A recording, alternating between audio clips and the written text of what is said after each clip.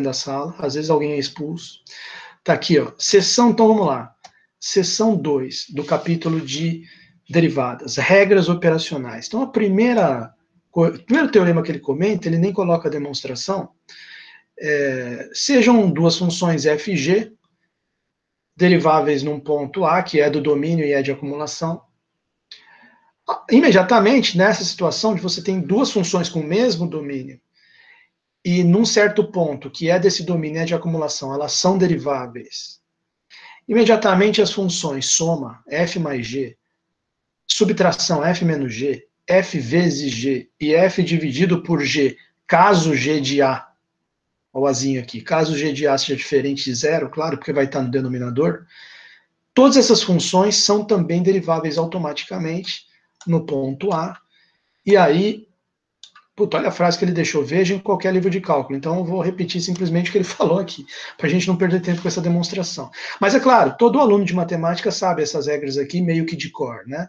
Derivada da soma é soma das derivadas, mesma coisa se trocar o sinal de mais por menos, regra do produto, que é super usada, e depois, quando eu estudo integral, essa regra do produto vira a integração por partes, né, que é uma técnica de integração muito utilizada também, ela vem diretamente dessa regra do produto. Então, derivada do produto é igual a derivada do primeiro vezes o segundo, mais o primeiro vezes a derivada do segundo, é muito utilizada. E tem essa regra do quociente também, que todo aluno de cálculo em algum momento já estudou, tenho certeza que vocês também estudaram. Então é só um teoreminha assim, inicial, só para saber, ó. Então não se esqueça dessas regras aqui. Agora, tem uma regra também que a gente estuda em cálculo, que é a regra da cadeia. A regra da cadeia, ela mexe com isso aqui, função composta, tá? E eu vou tentar desbravar essa demonstração aqui com vocês. Logo depois que eu desbravar, eu vou também falar desse corolário aqui, que é interessantíssimo, que ele mexe com a ideia da derivada da função inversa. Quando uma função é uma bijeção, ela sempre admite uma função inversa. Será que existe alguma relação entre a derivada da própria função num ponto A e a derivada da inversa? É claro que a inversa não necessariamente vai ser o mesmo A, né? Porque se a função está de x para y, a inversa está de y para x. Então, digamos assim, a relação entre as derivadas vai ser da função no A e da inversa no f de A, que ele chama aqui de B. Né?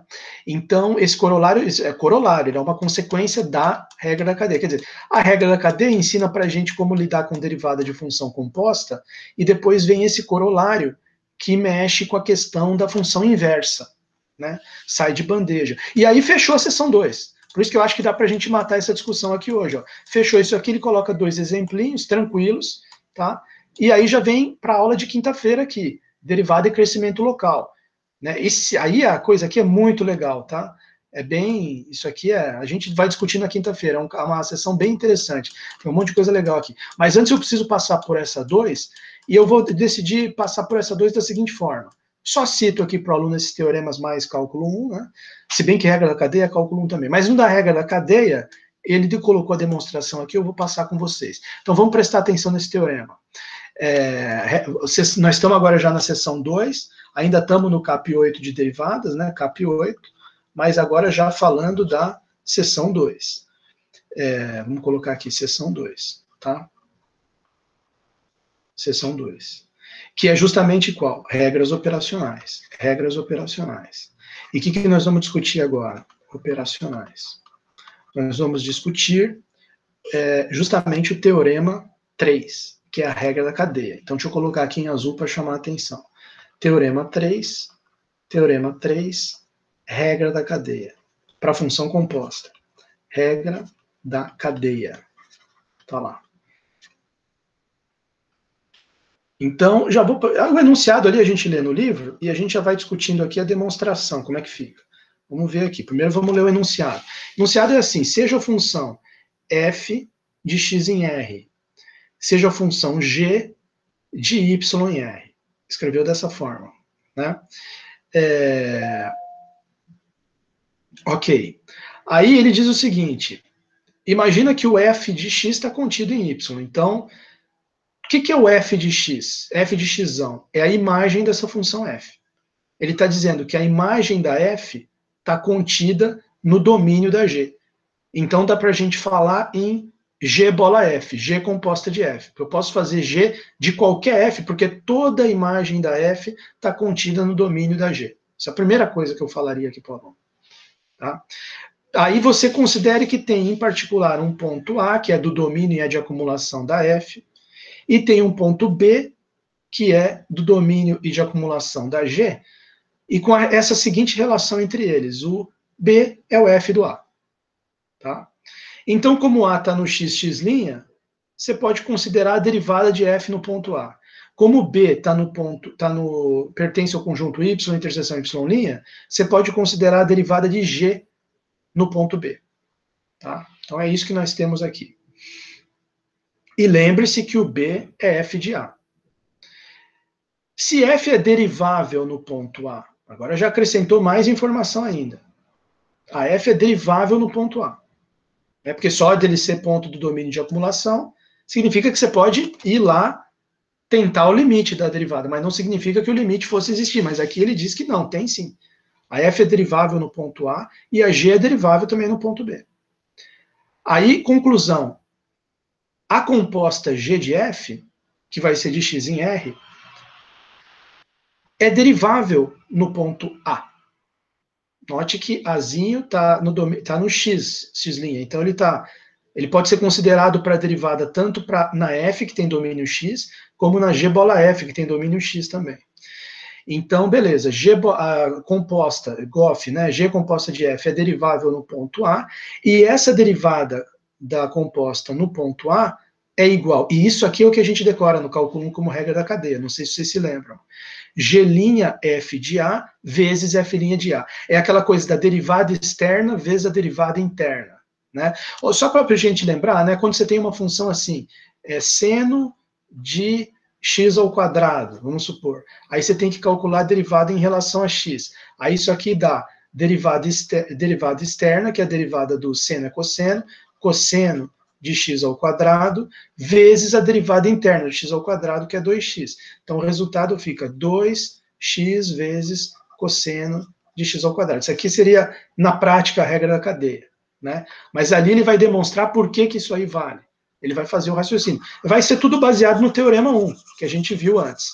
Né? Aquele que tem o R de H que o Pedro Sanabria estava comentando. Então, vamos ver aqui. Eu tenho que no final chegar nisso aqui. G bola F derivada no ponto A é G' de F de A vezes F' de A. É nisso aqui que eu tenho que chegar no final. Então ele começa a demonstração já invocando o Teorema 1, logo de cara. Né? Porque ele já falou que F é derivável no enunciado, no ponto A. Então ele já pode usar o Teorema 1 aqui para F, que é a primeira coisa que ele faz. Então vamos escrever aqui. Como por hipótese, F é derivável em A, F é derivável em A, em Azinho, só para frisar, né, pertencente a x, interseção x'. Então, o que a gente pode escrever pelo Teorema 1? Então, pelo TEL 1, a gente pode escrever aquela frasezinha ali que ele escreveu. Isso aqui vem lá do Teorema 1. O Pedro, como esteve estudando aí, pelo que eu vi da fala dele, ele deve estar identificando isso aqui. Teorema 1, na verdade, ele não diz dessa forma aqui, né? O Teorema 1, ele vai falar o seguinte, F de A mais H, existe um C, tal que A mais H, pertencente ao domínio, ao x, faz com que F de A mais H seja igual a F de A mais, aí o C, que é a derivada, ele já escreveu direto ali, vezes F' de A, vezes H, mais R de H, certo? Com o limite para H tendendo a zero, de R de H sobre H igual a zero. É isso que ele diz, tá aqui. Ó. Só que aqui ele passou o F de A para o lado esquerdo, mas tudo bem, não tem problema nenhum, só pegar aqui na equação, passar o F de A para lá. Né? Já vamos fazer isso aqui para ficar igual ao dele. F de A mais H menos F de A igual F' de A vezes H mais R de H. Equivalente. Né? Mesma coisa aqui, com esse limite aqui acontecendo. Ótimo. Agora, veja bem, ele não falou só que a f é derivável no ponto A. Ele também falou que a g é derivável no ponto B. Certo? Então, em vez de escrever direto essas coisas aqui dele, eu vou só aplicar ali a fórmula, né? Também, né, como que nem eu fiz ali na primeira frase, como por hipótese, também a gente tem g g derivável em B, e esse B, ele tinha dito aqui que pertence a y interseção y', tudo bem. B pertencente a y interseção y', só para ficar igual a frase ali. Então, pelo mesmo teorema 1, pelo teorema 1, o que a gente tem aqui? A gente tem, mesma frase ali eu vou escrever, ó, G de B. Só que agora eu vou fazer o seguinte, ó. Em vez de eu usar o mesmo incremento H, para não ficar vinculado, né, diretamente, assim, ser o mesmo incremento H, eu vou usar a letra K. Aqui, ó. Malandramente aqui, ó, ele usou a letra K. Depois a gente vem para essa frase aqui, né?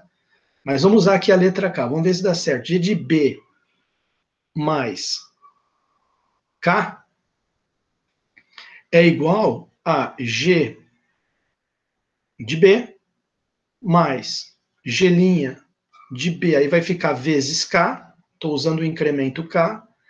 Mas também não precisa ser a mesma função R, né? Você pode chamar essa função aqui, ele chamou de S, se você prestar atenção aqui. Ele já jogou um S aqui. Por quê? Porque realmente não precisa ser a mesma função para... o R tem a ver com F, né? Com o G não precisa ser a mesma função R. Essa função resto aqui, ela pode ser uma função diferente, contanto que limite para K tendendo a zero, S de K sobre K dê zero. Isso aqui precisa valer pelo teorema 1, já que a função é derivável em B. Então vamos ver se essa minha jogada vai bater com essa linha dele aqui, que está diferente da minha. Não tem B aqui, certo? Mas eu estou tentando adaptar aqui as ideias. G de B mais K, no lugar do F de A mais H fica G de B mais K, igual a G de B, no lugar do F de A, mais G' de B vezes K, mais S de K, vírgula, limite, K tendendo a zero, S de K, esse vai dar certo, sobre K igual a zero, tá aqui. Agora, como que a gente pode entender que essa frase aqui, que eu acabei de escrever, essa equação, vira essa que ele escreveu aqui? Vamos analisar. Primeira coisa,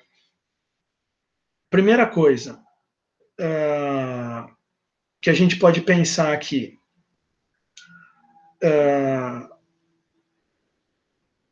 o K, o incremento, essa frase que ele disse aqui é a chave.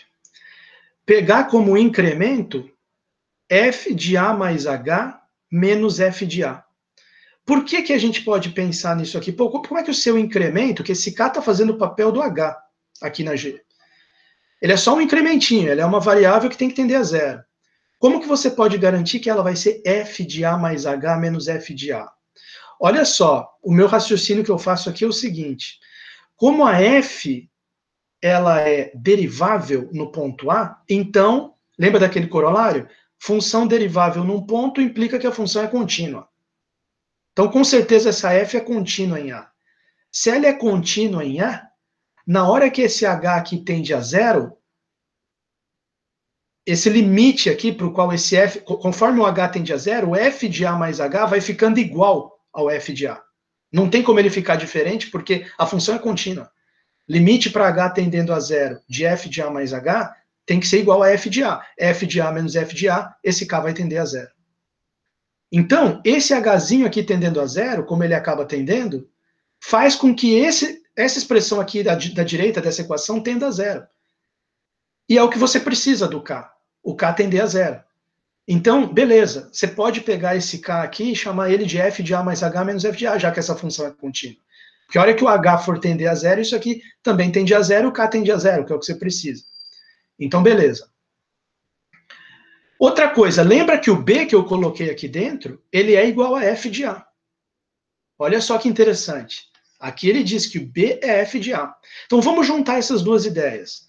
Vamos juntar as seguintes ideias. Vamos dizer o seguinte. Agora note que Por um lado, duas coisas. O B pode ser trocado por f de A, porque no enunciado ele diz que B é f de A. E K, vamos escrever ali K igual ele fez. K igual, esse incremento K pode ser escrito como f de A mais H menos f de A. Com essa ponto final, com essas duas coisas juntas, o que eu posso concluir? Então, dois pontos. Eu posso chegar aqui e dizer o seguinte, B mais K é, na verdade, quem que eu coloco no lugar de B? É F de A, mais, quem que eu coloco no lugar de K? F de A, que está escrito aqui em cima, F de A mais H menos F de A. O F de A corta com menos F de A, o resultado dá F de A mais H. Olha que legal. Então, esse G de B mais K, acabei de perceber que o B mais K é a mesma coisa que F de A mais H, considerando essas duas ideias aqui. B mais K é F de A mais H. Então, esse G de B mais K, logo, eu posso trocar o G de B mais K, essa expressão, por G, acabei de ver que B mais K é F de A mais H, G de F de A mais H. Olha que interessante. Começou a aparecer essa frase aqui dele, ó. Essa aqui, que a gente está parado aqui. G de F de A mais H. Aí vamos continuar aqui, né? Igual a G de B, o B só troca por F de A, igual a G de F de A, mais G' de B, que evidentemente vai formar aqui esse G' de F de A, G', porque B é F de A, né? G' de F de A, vezes o K. Vezes o K. Não vou, mas posso substituir se eu quiser aqui o K. Ainda não vou substituir, mas posso substituir. Né? Porque o que é o K? F de A mais H mais F de A. Tanto que ele coloca aqui, ó, G' de F de A, ele não colocou o K, ele já substituiu direto. Mas tudo bem, a gente já vai substituir. Mais S de K. Mais S de K. Porque eu quero, antes de substituir, fazer mais uma coisa, que é passar esse G para a esquerda. Porque aqui ele fez também, ó, G de F de A mais H menos. Ele passou esse termo aqui para a esquerda. Tá? Eu vou fazer a mesma coisa aqui para agora, eu vou chegar igual dele. Né? Então, vai ficar assim a equação. G de F de A mais H menos G de F de A igual G' de F de A, G' de F de A, vezes, aí no lugar do K você já pode colocar essa expressão aqui, F de A mais H menos F de A, mais um S de K, mais um S de K. Né? E lembrando que você tem que ter aquele limite ali. Tá? Limite. Bom, como que ele vai trabalhar isso? Vamos ver o que ele fala. Agora chegamos aqui na mesma equação que ele. Né? Então, ele vai dizer aqui o seguinte, olha, vou escrever essa última frase aqui, calma aí, lembrando, né, que temos que ter aqui só para lembrar, né, limite para K tendendo a zero, S de K sobre K igual a zero. Isso aqui não precisa provar, é verdade, porque isso aqui está vindo da hipótese do teorema de que G é derivável em B. Foi usando esse... Quer dizer, até agora ele só falou duas coisas que são verdade pela hipótese do teorema. Que F é derivável em A, aí desembocou nisso aqui, F é derivável em A, e G é derivável em B, desembocou nisso aqui, o fato de que G é derivável em B. Então ele escreveu essas duas coisas. Vamos ver o que ele vai raciocinar agora. Ele vai dizer o seguinte, vamos ver se o pessoal está acompanhando aí. Vocês estão aí, turma? Vocês estão acompanhando isso tudo que eu estou falando? Não, já partiu terça-feira, já terçou, que nem o pessoal fala. Vamos ver quem está acompanhando aí. Professor. Ah, o pessoal está aí, ouvi a voz de alguém. Opa. Ah, olha aí, olha que joia. Parabéns por vocês estarem me acompanhando aí. Obrigado por vocês estarem me acompanhando aqui, para não ficar na solidão analítica. Olha só, a continuidade de F no ponto A, F é derivável em A, então F é contínuo em A. A continuidade de F no ponto A assegura que quando H tende a zero, K tende a zero. Ué, foi aquilo que eu expliquei para vocês. Como a função, aqui estou em casa, falei para vocês antes, como a função F é derivável no A, ela é contínua em A. E o fato dela ser contínua no A garante para a gente que quando H tender a zero, esse F de A mais H vai tender para F de A. E aí F de A menos F de A vai dar zero. Então, digamos assim, H tendendo a zero faz com que o K tenda a zero. Uma coisa implica na outra. Note que, vírgula, como F é contínua em A, temos, botar em vermelho aqui para destacar, H tendendo a zero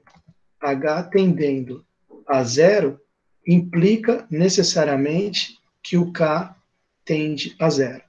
Ponto final. Tá? Isso é a consequência direta da continuidade de F. Continuidade de F em A é consequência do enunciado ter dito que F é derivável em A. Ótimo. K, função de H. Tudo bem. Assim, bom, aí o que ele vai inventar aqui? Ó? Olha o que ele vai inventar aqui. Ele vai inventar o seguinte. Alguém fez à mão esse negócio aí, né? Deixa eu só ver se isso... Não tem. No livro não tem isso aqui, não. Isso aqui não pode ignorar esse negocinho aqui. O que importa... Bom, aqui a gente já tinha escrito essa parte, só continua igual, né? Igual a G', ele fez a... O que ele fez aqui, ó? G' de F de A, de repente apareceu esse negócio aqui. Esse termo todo aqui que não tinha aqui. Ele está simplesmente vindo aqui, ó, substituindo F de A mais H menos F de A que estava aqui, por esse lado direito aqui. Então vamos fazer isso, porque aqui ele foi direto e já distribuiu. Mas vamos fazer isso para ficar mais claro aqui. Quer dizer, vamos pegar aquela linha ali e vamos reescrever.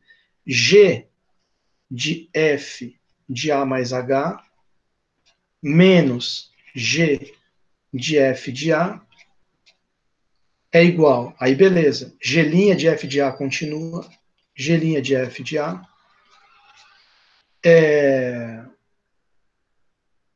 vezes, aí no lugar desse F de A mais H menos F de A, volta aqui em cima, ó, F de A mais H menos F de A, esse asterisco vermelho aqui, troca por isso aqui, F' de A vezes H mais R de H. F' de A vezes H mais R de H. Fecha colchetes, trocou aqui, mas não se esqueça do mais S de K. Mais S de K. Mais S de K. Fechou. Agora eu vou fazer a distributiva. A distributiva vai ficar assim. Igual G'. Você vê que aos poucos está aparecendo a regra da cadeia que a gente conhece. G' F de A vezes F' de A, ela surgindo aqui, vezes H, mais G' F de A, vezes R de H, mais S de K. Tá lá.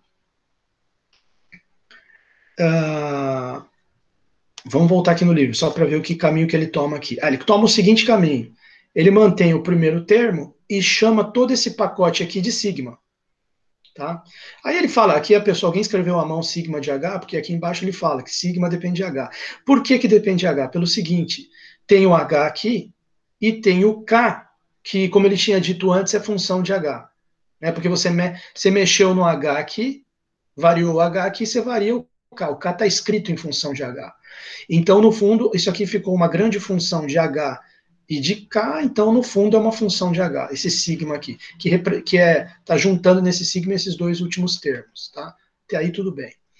Então, vamos lá, vamos só terminar de escrever essa frase aqui. Então, vai ficar G' de F de A vezes F' de A vezes H, tá aqui, G' de F de A vezes F' de A vezes H, mas aí tudo isso aqui vira sigma. Se G' F de A R de H, G' F de A R de H mais S de K, isso aqui vira sigma, mais um sigma. Tá certo? Que, evidentemente, como ele chama atenção ali, é uma função de H, porque é função de H e K, mais K é função de H. Bom, tudo bem, nem vou escrever isso aqui porque é óbvio. Sigma é G' de F de A vezes R de H mais S de K. Vemos que sigma é uma função de H, ok? Pelo teorema 1, de novo o teorema 1, você vê a importância aqui, né? pelo teorema 1, nós vamos concluir que a GOF, G composta de F, porque olha bem para essa frase aqui. Né? Essa frase aqui tem a ver com G composta de F? Claro que tem. O que é G de F de A mais H? É G composta de F de A mais H. Quer dizer, daria até para reescrever aqui, para fazer sentido essa frase que ele vai dizer agora, a gente pode reescrever assim, ó. O que é G de F de A mais H? G composta de F de A mais H menos, né? Ou igual, se você preferir, né? Porque podemos passar para o lado direito aqui também, ficaria assim, ó, só para ficar igual o teorema 1 lá, né? G composta de F de A mais, aí vem o que seria aqui a derivada, lembra que a derivada multiplica o H, lá no teorema 1. Então fica, vou botar em vermelho aqui, ó, viria esse termo aqui, passei esse termo para o lado de cá, né, tirei o menos, foi com sinal de mais para o lado de cá do sinal de igual, e esse aqui vou colocar em vermelho para destacar, porque ele seria a derivada. G' de F de A vezes F' de A, volta para o preto, vezes H, mais um sigma de H. Quer dizer, então, essa frase aqui é o teorema 1, para GOF. Quer dizer, se você chamasse a GOF vamos dar um outro nome aqui, de Φ de A mais H, igual a Φ de A, mais um Czinho, né? Seria assim, vou botar em azul aqui para comparar. Φ de A mais H igual Φ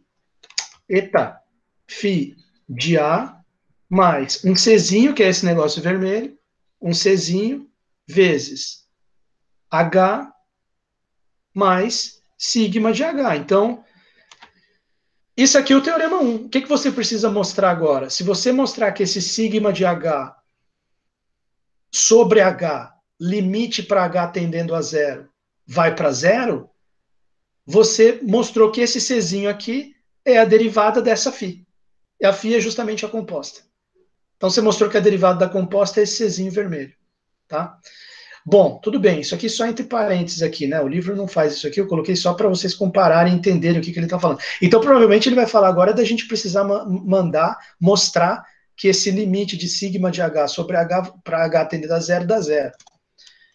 Pelo teorema 1, concluiremos que a GOF é derivável no ponto A. GOF derivável no ponto A. Com GOF' de A, derivada dela no ponto A, igual G' de F de A vezes F' de A, que é o vermelhinho aqui, ó, seria o Czinho vermelho. Nós vamos concluir isso aqui se mostrarmos que o limite para H tendendo a zero, sigma de H sobre H dá zero. Realmente, é teorema 1 isso aqui que ele está falando. E aí ele pega e mostra. Só que tem um erro de digitação aqui que eu já vou mostrar para vocês, que pode confundir muita gente. Essa vírgulazinha aqui. Isso aqui é um erro de digitação, na minha opinião. Eu já vou mostrar para vocês. Ora, então vamos lá, deixa eu só escrever aqui, né? Devemos agora mostrar que, vou simplificar a frase, vou escrever assim. Devemos agora mostrar que, devemos, vírgula, portanto, agora mostrar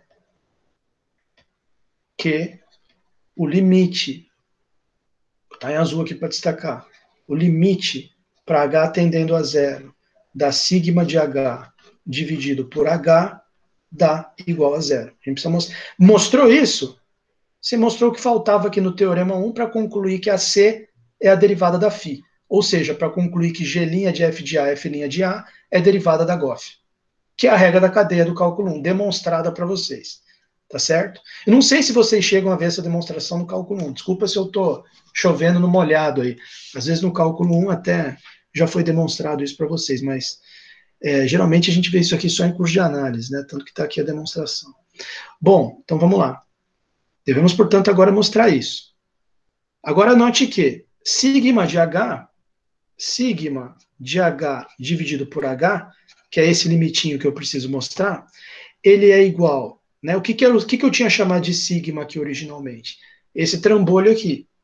Então, o sigma, aqui, é o G' de F de A vezes R de H mais S de K. Então, ele colocou aqui, ó, G' de F de A, G', o que era o sigma originalmente? Vamos copiar ali, ó, acho que aqui é melhor copiar daqui, ó. Aqui, ó, ele já até escreveu aqui. O que era o sigma originalmente? G' de F de A, G' de F de A, vezes R de H mais S de K, vezes R de H mais S de K. S de K. Só que ele está pegando o sigma e dividindo por H. Então aqui também divide por H. Né? Divide por H. Deixa eu ver se eu copiei errado. Não, copiei certo. Divide por H. Isso nos permite escrever o seguinte. Ó.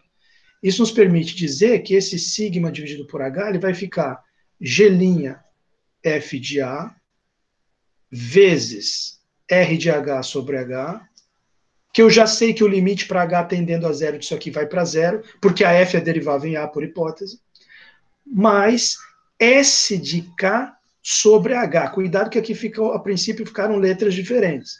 S de K e H embaixo. Só que aí ele faz esse mandrake aqui, ó. Olha só. Ele observa S de K dividido por H é igual. Por isso que eu digo que isso aqui é um erro de digitação. Isso aqui é um ponto, não é uma vírgula. Né? S de K dividido por H é igual S de K dividido por... porque, veja, aqui, S de K dividido por H é a mesma coisa que S de K dividido por K vezes K dividido por H. Corta K com K, volta no H que tinha antes. É um vezes isso aqui, tá? Corrige esse erro de digitação aí. Quer dizer, ele reescreve aquilo ali da seguinte forma. Fica, repetindo ali, né? G' F de A, vezes, esse aqui já está perfeito, vezes R de H dividido por H, mais, aí no lugar do S de K sobre H, que está ruim, porque deveria ter a mesma letra, eu coloco S de K sobre K, que é o que eu quero, para compensar, coloco aqui K dividido por H, para voltar no que eu tinha antes. Tá? Olha só que interessante essa jogada aqui. Agora, o que, que vai dar isso aqui? Isso aqui vai dar o seguinte. S de K sobre H é igual a S de K sobre K vezes K sobre H, que é igual a S de K sobre K vezes... O que é K dividido por H? H continua igual e K ele troca pela expressão da definição do K, que a gente tinha visto antes, ó, aqui. O K pode ser trocado por isso aqui, F de A mais H menos F de A. É todo cheio de jogada aqui essa demonstração, por isso que eu estou repassando aqui com vocês. Então vai ficar assim, mais uma última linha aqui, igual G' F de A vezes R de H sobre H, mais S de K sobre K, S de K sobre K, vezes no lugar do K, F de A mais H. Agora ficou muito bonito pelo seguinte, a hora que eu troco o K aqui pela definição dele, F de A mais H, F de A, e ele fica dividido por H, eu acabei de perceber o seguinte, eu passar agora o limite para H tendendo a zero, né? Eu vou copiar essa expressão aqui ali em cima, calma aí, para a gente poder fazer a conta com calma. Aqui, então, quer dizer, finalmente, dessa forma temos,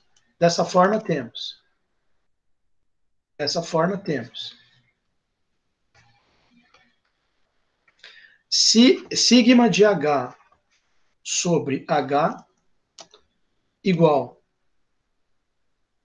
deixa eu só voltar ali para checar aqui uma coisa. Sigma de H sobre H igual G', aí tenho que copiar isso aqui. G' de F de A vezes R de H.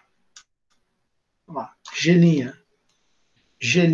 de F de A vezes R de H sobre H mais S de K sobre K vezes F de A mais H menos F de A dividido por H. Olha que legal essa expressão. Por que, que ela é legal?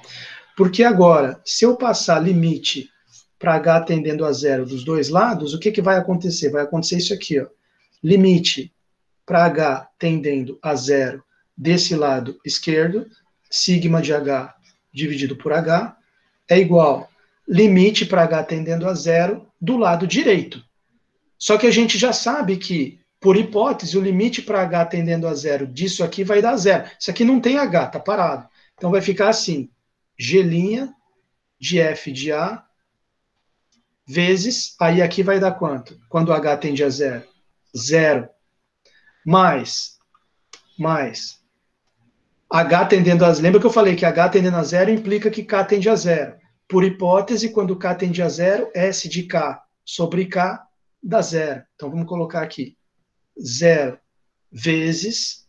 Agora, como H está tendendo a zero, o que é F de A mais H menos F de A sobre H? F é derivável em A, isso aqui é derivada em A.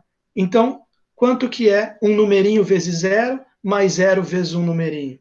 Zero mais zero, que é igual a zero. Então, você acabou de provar que o limite para H tendendo a zero de sigma de H sobre H deu igual a zero.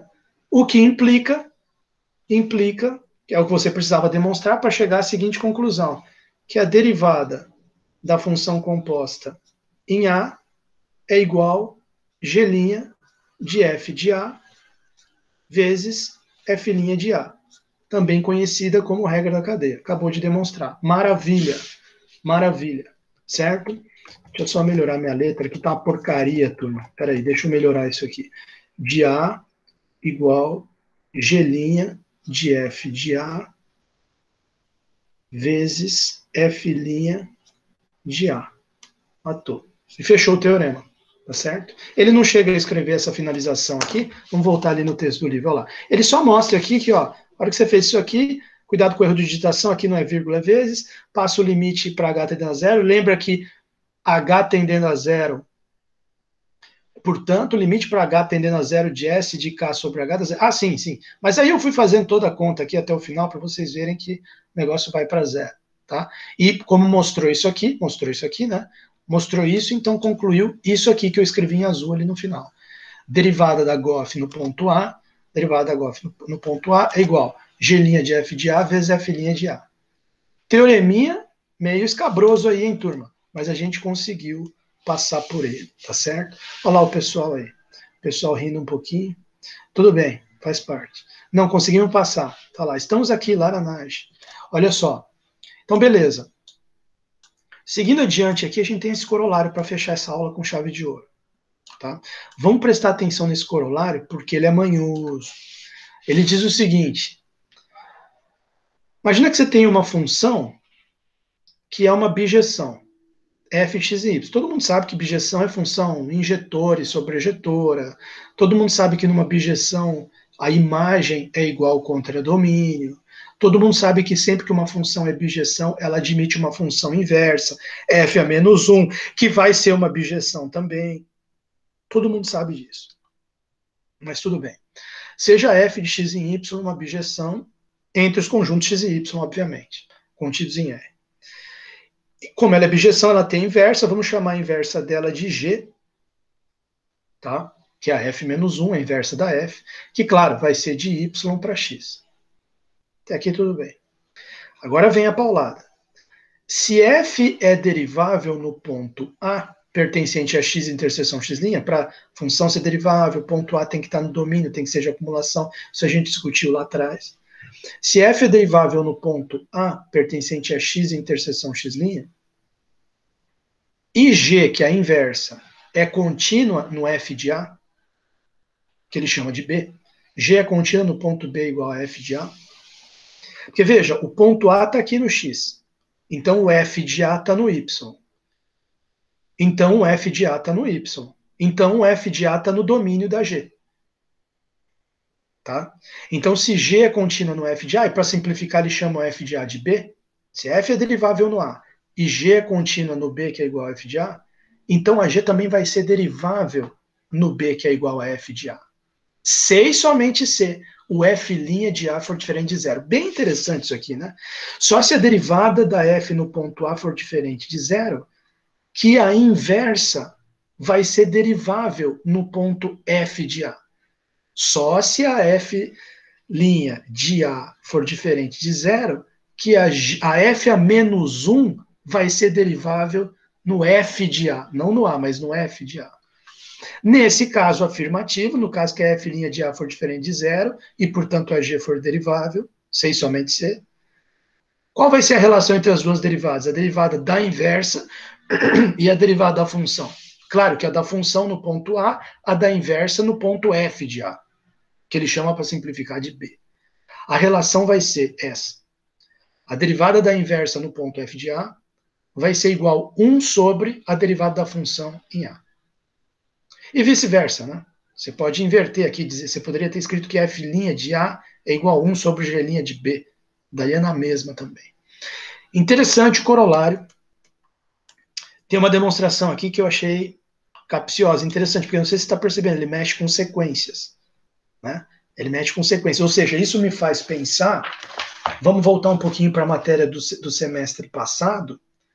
Eu vou até colocar aqui na lousa, viu? Porque é uma opinião minha. Eu acho que ele não cita, mas eu acho que ele está o tempo todo tendo em mente, ali na página 81, para quem tiver o livro aí. Aliás, 81, não, desculpa. 81 é outra história, que eu já vou falar daqui a pouco. Ele está tendo em mente lá na página 65, Teorema 3. Né? Porque o Teorema 3 ele diz o seguinte: para você ter o limite para x tendendo da f de x igual a L, é necessário o suficiente a C e somente C, para toda sequência tendendo a xn, a gente tem o limite da f de xn igual a L. Depois eu escrevo isso aí na lousa, eu vou até deixar o livro aberto aqui, porque eu acho que vai ajudar a gente a entender o que ele está fazendo. Bom, então vocês entenderam o enunciado. Seja uma função que é uma bijeção, você tem uma função inversa a ela, a função f é derivável no ponto A, a função g é contínua no ponto f de A. Isso aqui é hipótese geral, porque você vai, pelo seguinte, eu estou falando de hipótese geral. Você tem um C e somente C, então você vai ter uma ida e vai ter uma volta. Então o que acontece? Tudo até chegar aqui na palavra então, até chegar nesse f de A aqui que está antes do então, vale tanto para ida quanto para volta. Agora, depois do então é o seguinte: ida, se g é derivável no ponto B, então f' de A é diferente de zero. Se f' de A é diferente de zero, volta, né? Se f' de A é diferente de zero, então g é derivável no ponto B. Essa é a lógica aqui do negócio, tá? No caso afirmativo, quer dizer, quando f' de A é diferente de zero, que implica nisso, ou quando g é derivável no ponto B, que implica no f' de A diferente de zero, quando você tiver isso aqui realmente ocorrendo, aí você sabe que você tem essa relação aqui, g' de B igual a 1 sobre f' de A. Tá? Então esse corolário aqui é para a gente pensar nele, com carinho. Tá? Vamos colocar aqui, deixa eu colocar aqui para a gente... Cadê minha caneta aqui? Tá aqui. Então olha só. Corolário, deixa eu colocar em azul aqui. Corolário. 2 pontos. Né? Então, vou colocar aqui as hipóteses gerais do corolário. Você tem uma função f, 2 pontos de x em y, que é uma bijeção. Bijeção. Certo? Você tem ela tem uma inversa, g, que ele chama de g, que é igual a f a menos 1, que vai ser g, que é igual a f a menos 1, inversa de f, que vai ser de y em x, também é bijeção, claro, não precisa nem dizer, mas eu vou dizer. E aí ele diz o seguinte: f é derivável no ponto A e g é contínua no ponto B. Essas são as que eu chamei de hipóteses gerais, né? f derivável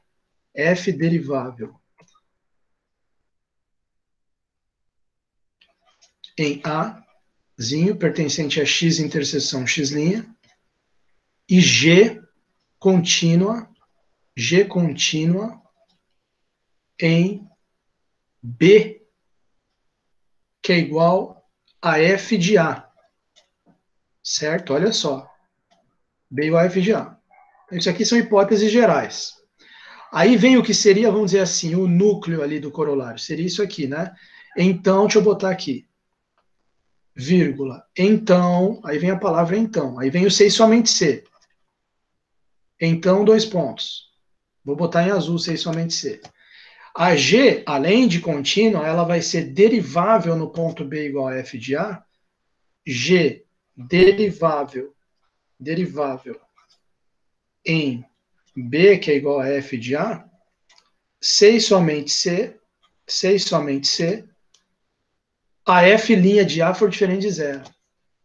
F' de A for diferente de zero. Vírgula. Com G' de B igual a 1 sobre F' de A. Tem ainda essa relação matemática, ponto final. Então a ideia seria a gente tentar entender a demonstração disso aqui. Vamos ver como ele faz. Claro, como é um 6 somente se, ele vai separar em ida e volta, vai começar pela ida. Olha lá, demonstração. Então, a primeira parte aqui vai ser a gente chegar que, olha lá, o F' de A é diferente de zero.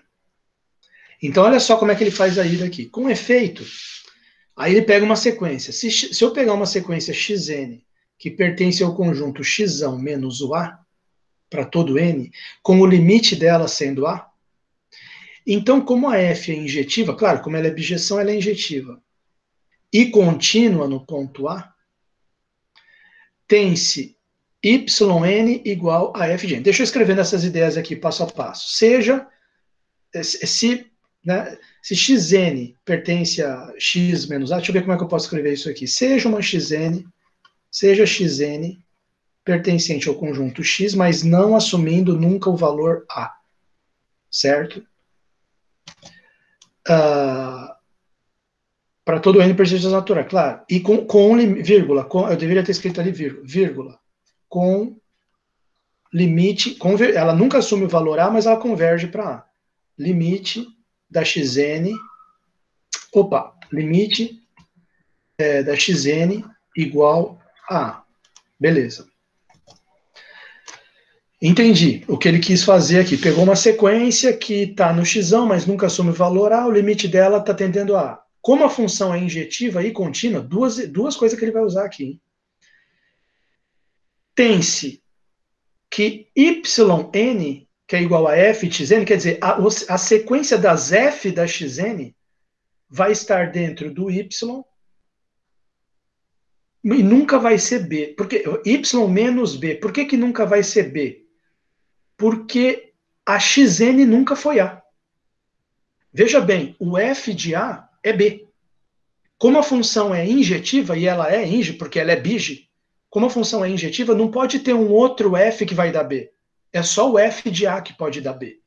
Como a xn nunca assume o valor a, então o f de xn nunca vai assumir o valor b. Isso aqui vem da injetividade. Tá? Agora, e esse papo de ser contínua?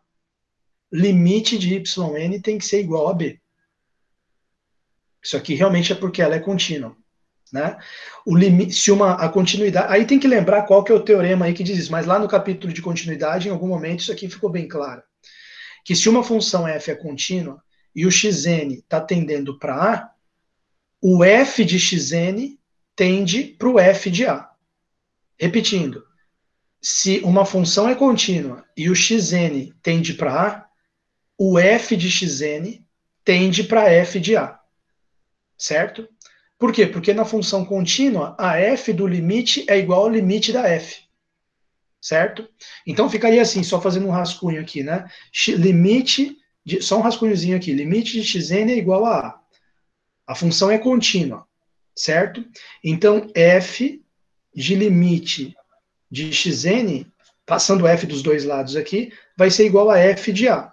Só que a função contínua faz com que f do limite de xn vire limite de f de xn. E a gente sabe denunciado que f de a pode ser trocado por b. Acabou. Aí o que é esse yn aqui? É justamente o f de xn. Então, trocando o símbolo f de xn por yn, fica limite de yn igual a b. Pronto. Isso aqui implicou nisso aqui. Por quê? Porque f é contínua. Só um rascunhozinho, tá? Se vocês quiserem, eu escrevo ali. Eu escrevo ali humanamente, tá? Mas é só a linha de raciocínio aqui para vocês entenderem o que ele está falando. Então ele usou injetividade para dizer que a f de xn nunca é b, porque a xn nunca é a. Isso aqui vem da injetividade. E ele usou a continuidade para chegar nesse limite de yn é b, e com isso concluir que o b é ponto de acumulação. Porque que o b está dentro do y eu já sabia.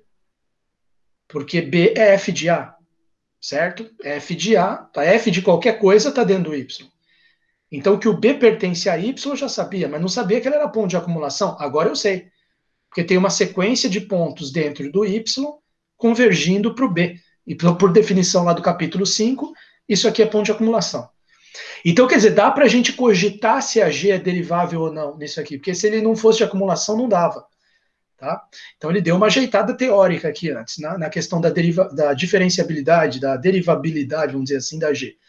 Então, se G for derivável no ponto B, aí ele vai continuar o raciocínio. Antes de continuar, vamos escrever ali na lousa, né? Passar limpo essas ideias todas aqui que ele expôs aqui nessas linhas. Então, primeira coisa, vamos começar pela injetividade. Então, vamos lá, vamos escrever separadamente aqui, né? Então, seja xn x menos a com limite xn igual a a. Então, como f é bijetiva, então f é inje. Então, f é injetiva. Então, isso é uma questão que eu estou esclarecendo aqui. Outra coisa, como f de A é B e xn nunca é A, como f de A é igual a B e xn nunca é A, pertence a x menos A, então o f do xn nunca vai ser B, porque já o f de A já é B, e a função é injetiva. Então, f de xn pode ser qualquer valor de y menos o B, tá certo? Tudo bem, até aí tudo bem. Então, esclareci aqui uma parte da argumentação dele, ok?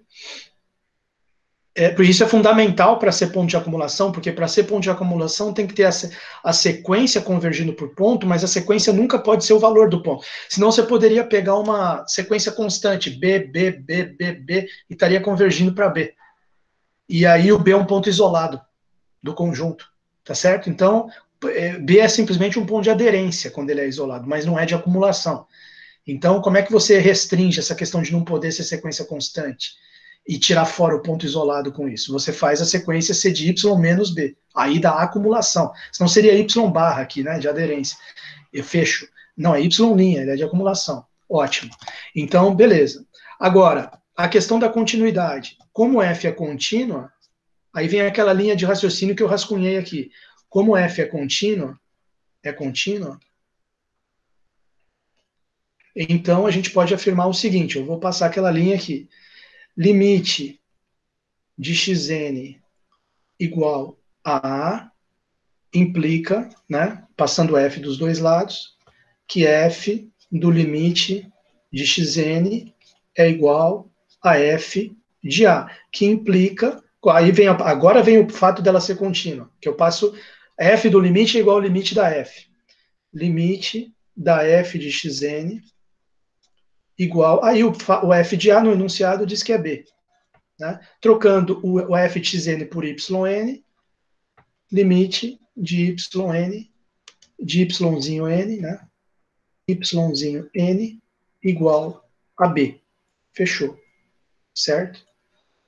Então, chegamos nessa outra coisa aqui que ele fala. Então, conclusão, B é ponto de acumulação. Portanto, e você pode calcular derivada, tentar calcular a derivada em B, se quiser. Portanto, B pertence ao domínio, pertence a Y, que eu já sabia do enunciado, mas agora acabo de ver que ele é ponto de acumulação também. Então, faz sentido se perguntar se G é derivável em B ou não. Se G for derivável no ponto B, lembra que G é função inversa. Então, se G for... Já vou até escrever ali o raciocínio, porque ele pulou o negócio de inversa. Se G for derivável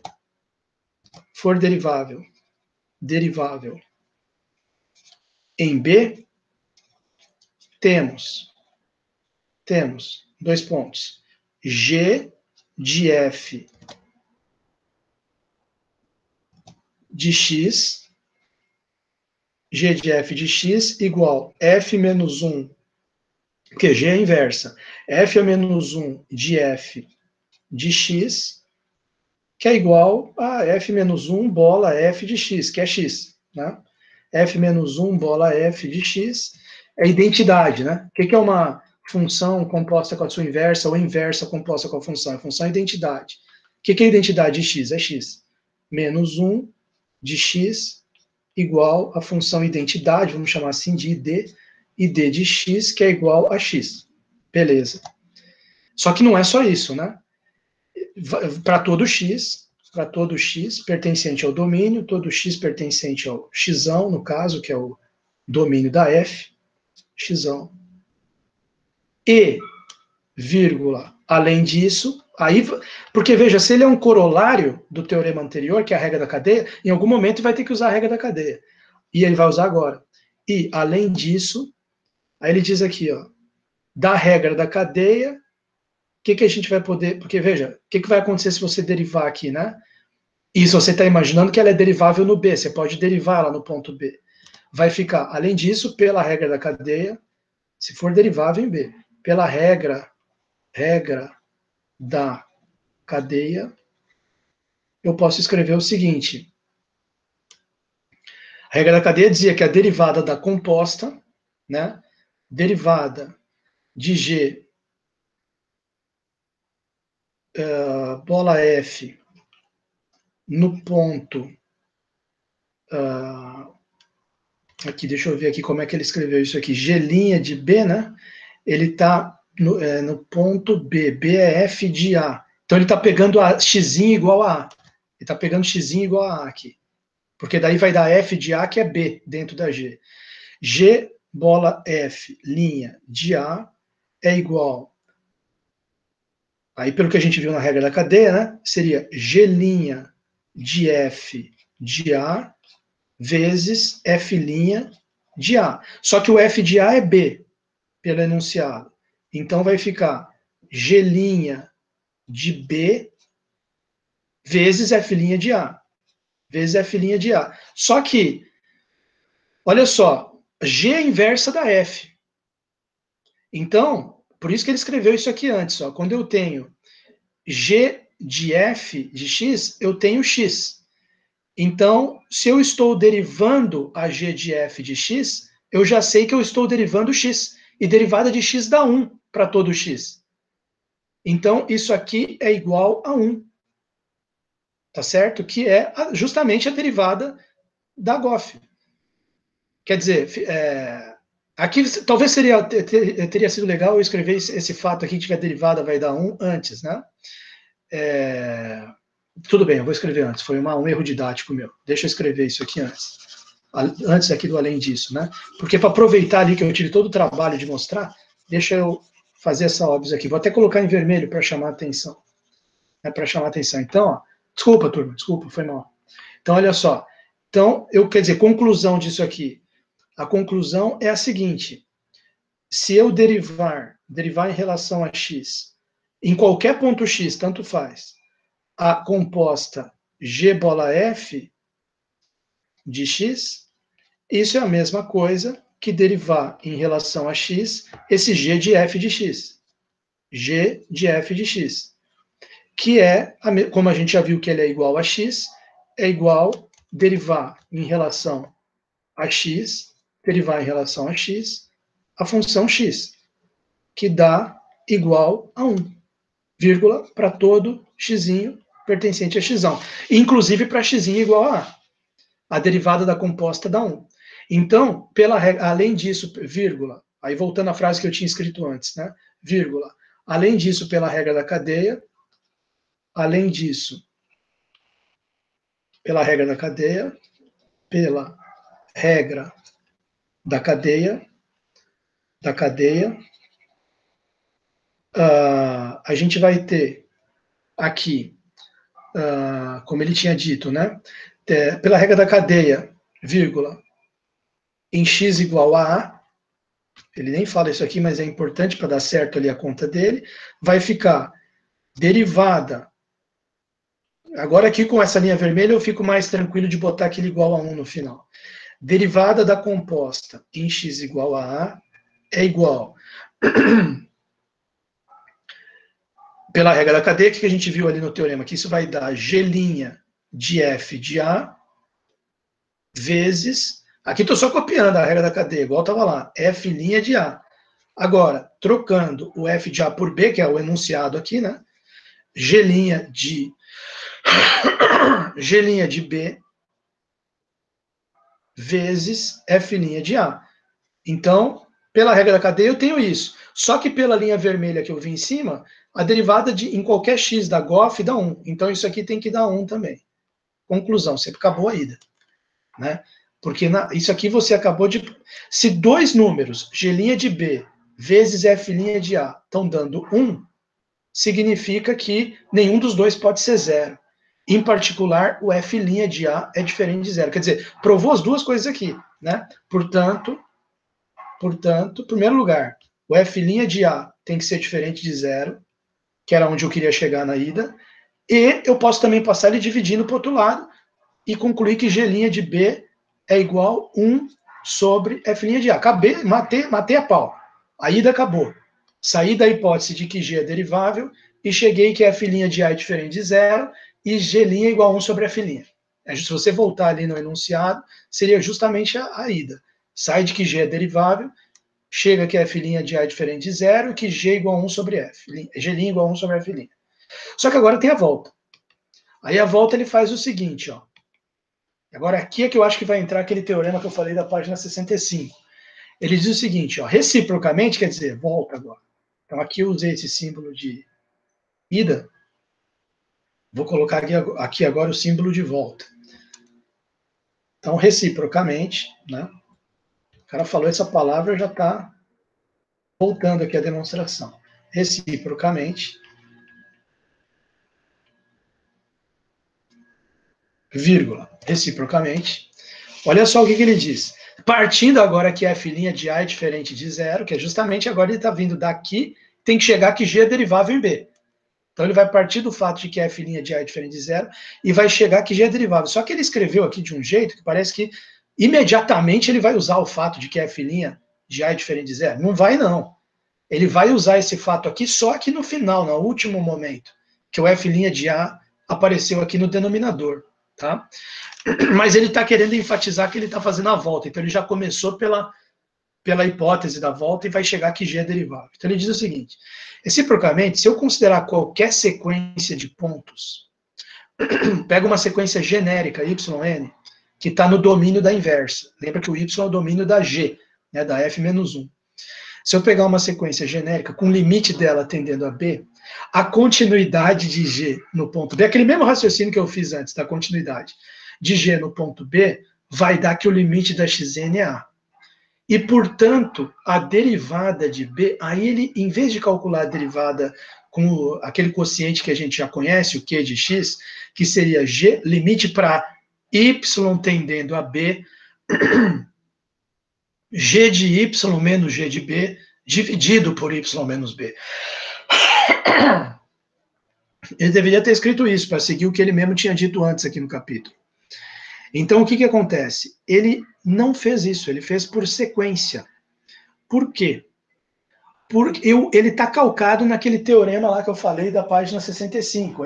É um limite de uma função que você quer provar, e para você provar esse limite, g de y menos g de b sobre y menos b, aqui no teorema 3 da página 65, eu não estou querendo ter o trabalho de escrever ele, então estou falando o número e estou falando a página para você consultar depois.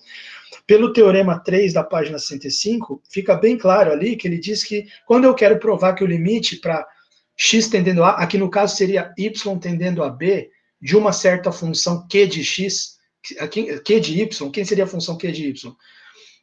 G de y menos g de b sobre y menos b, sem o nzinho.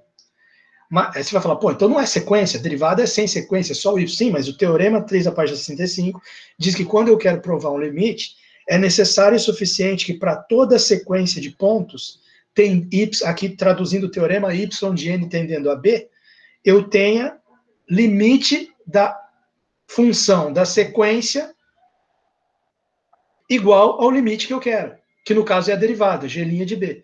Então, se eu quero provar, no fundo é isso, né? Se eu creio que ele não falou aqui, mas eu creio que ele está usando, né? Reciprocamente, eu vou só escrever, eu vou rascunhar aqui, deixa eu escrever aqui do lado, tá? reciprocamente, no fundo, quando ele vai enfiar aquela sequência ali, yn, ele está pensando ali, ó, deixar registrado aqui para vocês, Teorema 3, página 65. Página 65, quer dizer, para eu provar a derivada, o que seria a derivada? G' de B. Ela seria igual ao limite para y tendendo a B da função Q de y. Quem que é a função Q de y? Limite para y tendendo a B, g de y menos g de B. Essa é a função Q. G de y menos g de B sobre y menos B. Então, o que diz o teorema 3? Ele diz, olha, para provar que o limite para y tendendo a B da Q de y vai dar lá o G' de B, você tem o seguinte, o teorema 3 diz o seguinte, é necessário o suficiente, sem somente ser, para toda yn indo para B, o limite da Q de yn, né? Que, deixa eu só confirmar aqui, sim, limite da Q de yn dá o que você quer, que no caso é G' de B. Tá certo? Então você quer provar que tem esse limite aqui, isso é equivalente a você dizer assim, ó, para qualquer sequência que eu pegar indo para B, o limite da Q da sequência dá o que eu quero. Então, quer dizer, eu posso traduzir esse limite na forma de sequência. É assim que eu entendo o que ele fez nessa demonstração. Por isso que eu estou citando aqui, Teorema 3, página 65. Bom, voltando aqui para a nossa demonstração, que ele vai deixar tudo em termos de sequência. Né? Então ele diz assim, eu não vou citar que nem ele direto, f' de A diferente de zero. Eu vou deixar para citar no final. Para qualquer sequência de pontos yn igual a f de xn, então, para qualquer, repara que ele falou para qualquer, não é? Entendeu? É porque ele tá, por isso que eu te digo que ele está pensando naquele teorema 3, página 65. Para qualquer sequência de pontos, para qualquer yn, para qualquer yn pertencente, não, igual a f de xn, igual a f de xn, pertencente a yzão menos b, certo? Que tenha limite de yn igual a b, aí ficou com mais cara de teorema 3 da página 65 ainda, porque é justamente isso que diz o teorema, com limite da yn igual a b, como G é contínua, e a continuidade é a hipótese geral, a que eu quero chegar aqui é no G derivável, mas que G é contínua já veio antes do então. Então, posso usar isso aqui a qualquer momento. Então, como a hipótese de que G é contínua, o que eu vou conseguir? Reciprocamente, para todo yn, por exemplo, com o limite, temos da continuidade de G, temos da continuidade de G, aí vem aquele mesmo raciocínio que eu fiz, né? Limite da G do limite da yn é igual a G de B, tá? Q e G dos dois lados. Aí, da continuidade, isso implica que o G do limite é limite da G. Limite da G de yn igual a G de B, certo? Mas o que é a G e o que é yn?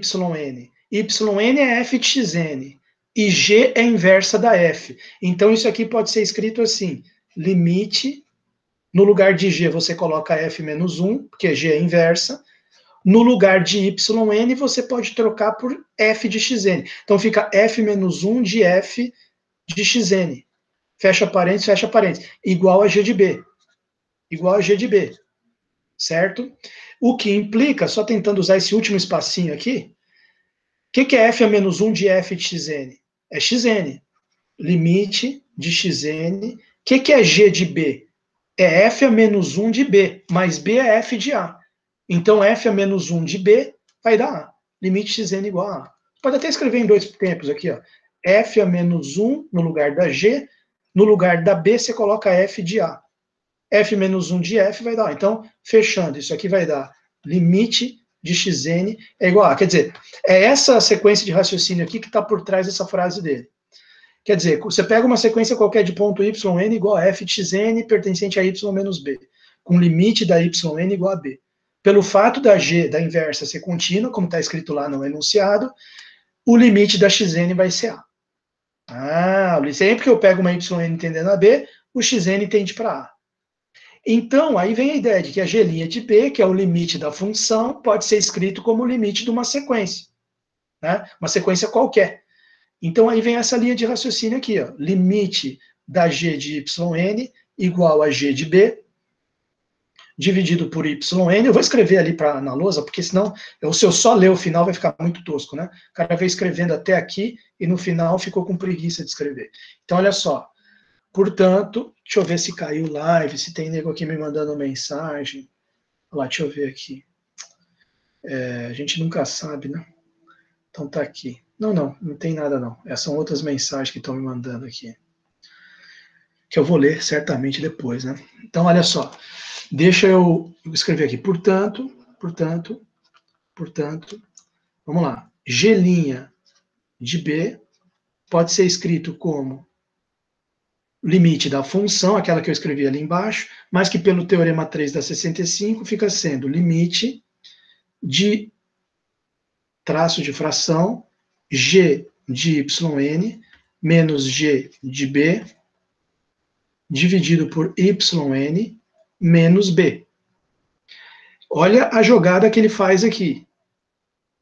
E troca numerador com denominador e eleva a menos 1. Perfeito. Perfeito. Limite. Aí, esse aqui vem para cima, yn menos B dividido por g de yn menos g de B. Fechou. Elevado a menos 1. Que é igual a... Aí vem, né? O yn é f de xn. O B é f de A. E o g de yn é xn, porque é f a menos 1 de f de xn. Então vai virar xn. E o g de B é A.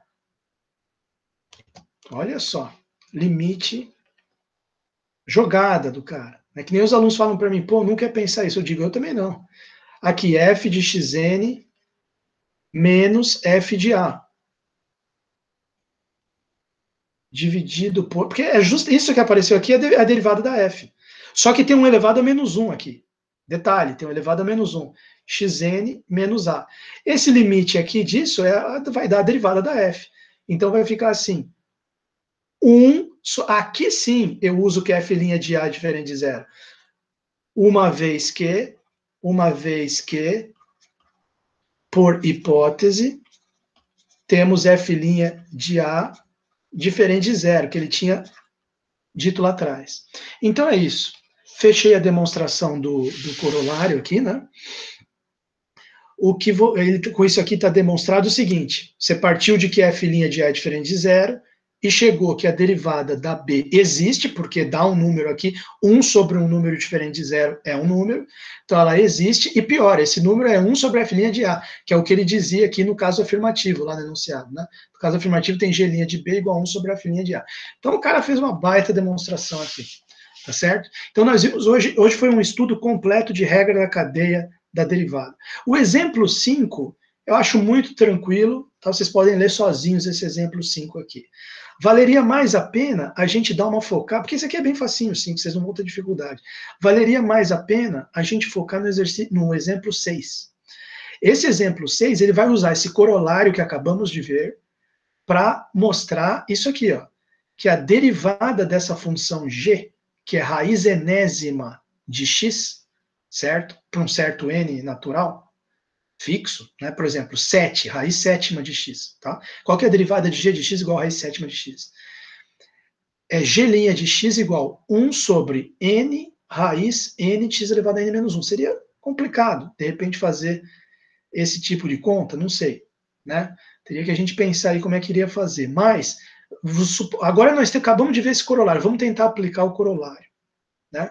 Então, olha só o que ele diz aqui.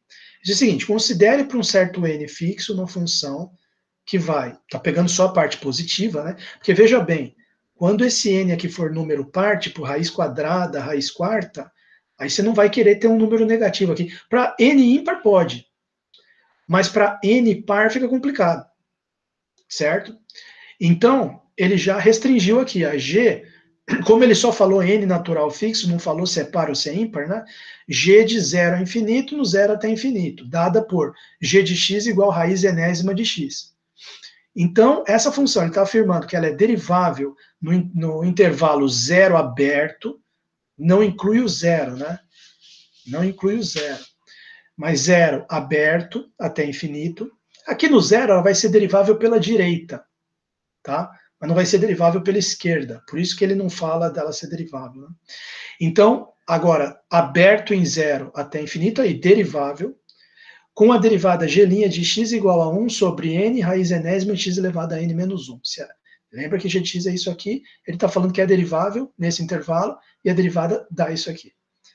Só que aí ele demonstra aqui, ó. Isso que eu achei legal. E ele usa o corolário. Está conectado com a matéria que acabamos de ver. Então ele fala o seguinte, ó, com efeito, g, né, porque no corolário o g fazia o papel de uma função inversa. Então ele vai tentar ajeitar as coisas aqui. G, essa g aqui, raiz enésima de x, ela é inversa de uma bijeção f.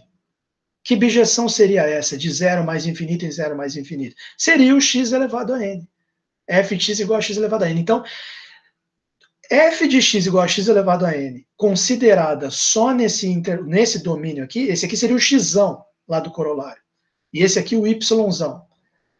Então, e aqui, yzão, xão. Então, uma f considerada de 0 infinito, f de x igual a x elevado a n é uma bijeção, portanto tem inversa, e a inversa é a raiz enésima de x. Então, pelo corolário que acabamos de ver, certo? Se a gente colocar y igual a x elevado a n, para facilitar a notação aqui, né, tirar o f de x e colocar y igual a x elevado a n, a g', assim como eu tinha lá um b, que era f de a, né, eu tenho um y, que é o f de x. Só você trocar o a por x, o b por y. Né? Aqui ele está fazendo isso. Está pegando o corolário, trocou a letrinha a pela letra x, trocou a letra b pela letra y. Então você vai ficar com g' de y, que era o b, igual a 1 sobre f' de x, que agora é o a. O a trocou por x. Ótimo. Agora, veja bem, lembra que o f' de x tem que ser diferente de zero, né? Isso aqui. Se f' de x, que é n, a gente sabe que a derivada da f, né? Não da g, o exemplo é para comentar sobre a derivada da g. Mas do cálculo 1 a gente já sabe que a derivada do cálculo 1 e daqui de análise também, a gente sabe que, porque a gente viu isso aqui, né? A gente até usou o binômio de Newton, não sei se vocês se lembram. A derivada da f de x, a f' de x é nx elevado a n menos 1. Certo? Se essa f' de x que veio aqui para o denominador for diferente de zero, e é claro que basta que x seja diferente de zero, que ela já vai ser diferente de zero, aí a gente tem isso. Para x diferente de zero, só que o zero está aqui no domínio. Por isso que ele depois teve que deixar aberto aqui. Então, f' de x, n, x elevado a n menos 1 diferente de zero, para poder ficar aqui no denominador, isso é, se x diferente de zero. Vai acontecer isso aqui. Bom, assim, g' de y igual 1 sobre n vezes x elevado a n menos 1, que é justamente a expressão da f' de x. Acabou de pegar aqui e substituir. Agora, que é igual a 1 sobre n vezes raiz enésima de y elevado a n menos 1. Bom, isso aqui, para você entender a substituição, é só você lembrar que ele escreveu y igual a x elevado a n. Então, se x aqui está elevado a n menos 1, em termos de y, o que seria isso aqui? Seria y, aqui, ó, você tem aqui, vamos tentar fazer as contas aqui, né? X elevado a n menos 1 vezes n. Eu sei que x elevado a n é y, né? Então, quer dizer, y elevado a n menos 1, aqui a ideia aqui é a seguinte, é bom escrever aqui no rascunho. O n, raiz enésima de y elevado a n menos 1 que ele colocou ali, foi, eu vou escrever na anotação que a gente aprende na escola, né? N menos 1 dividido por n. Só que o y, ele é x elevado a n. Então, é como se fosse x elevado a n, n menos 1 dividido por n. Aí, fica x n vezes n menos 1 dividido por n. Corta n com n, x elevado a n menos 1. Então, quer dizer, aquele x elevado a n menos 1, que estava aqui, ele trocou por raiz enésima de y elevado a n menos 1. E ainda teve que deixar o n multiplicando aqui que tinha, né? Então ficou n vezes raiz enésima de y elevado a n menos 1. É só uma mudança algébrica aqui, não está sendo feita nenhuma derivada aqui. A fórmula já está aqui da g', só que estava um g' de y em termos de x, ficou feio. Então ele passou o x para a notação de y, fazendo essa continha aqui que eu acabei de mostrar para vocês. Então ficou g' de y igual a 1 sobre nx elevado a n menos 1, que é igual a 1 sobre n blá blá blá. Certo? Claro, ficou em termos de y. Você pode trocar a letra y para x dos dois lados, dá na mesma. Aí ficaria g' de x igual a 1 sobre tudo aquilo lá, com x no lugar do y. Tá? Então, beleza, ele provou aquilo que ele tinha dito antes aqui. Se a g de x é raiz enésima de x, pelo corolário que acabamos de ver, aplicando as ideias aqui, a derivada é 1 sobre tudo isso aqui. Tá aqui. Agora, um comentário final. No ponto x igual a 0, a função g de x igual a raiz enésima de x, ela está definida. Você pode calcular g de 0, raiz enésima de 0 é 0. Porém, ela não é derivável. Salvo quando n igual a 1. Olha só. Isso aqui é uma coisa para a gente pensar, salvo quando n igual a 1. Bom, porque daí g de x é igual a x, né? Quando n igual a 1, g de x é igual a x. Mas eu estou achando curioso aqui a questão do zero, né? A questão do fechado em zero aqui. Vou ter que pensar mais nisso aqui. Isso aqui estou meio confuso. Não é derivado, salvo quando n igual a 1? Como é que pode isso? Mas aí muda o domínio? Não muda? Não sei. Por exemplo, a função φ, dada por φ de x igual a x ao cubo, é um homeomorfismo cujo inverso não possui derivada no ponto zero. Tá, não, isso aqui deixa para lá, são 9h13 agora, a gente discute eu termino de discutir isso aqui com vocês na quinta-feira, antes de entrar na sessão 3, tá certo? Senão vai ficar muito pesada essa discussão aqui agora, porque agora eu já bati o olho e vi o homeomorfismo aqui, vamos ter que voltar lá, né? Lembra que o homeomorfismo é uma bijeção contínua, cuja inversa é contínua também, tá certo? Então, no fundo, não tem nada demais ele falar que aqui é um homeomorfismo, tá? Φ de x igual a x elevado ao cubo é uma função bijetiva e é contínua. E a inversa dela, raiz cúbica de y, é contínua também. Mas ele está comentando que não possui derivada no zero. Aí, essa questão da derivada no zero aqui, a gente discute na próxima aula, senão vai ficar muito pesado agora, até porque eu estou olhando para o relógio, já deu 9h14 ali no meu relógio, tá? Então, vou interromper a gravação e a gente termina de discutir esse exemplo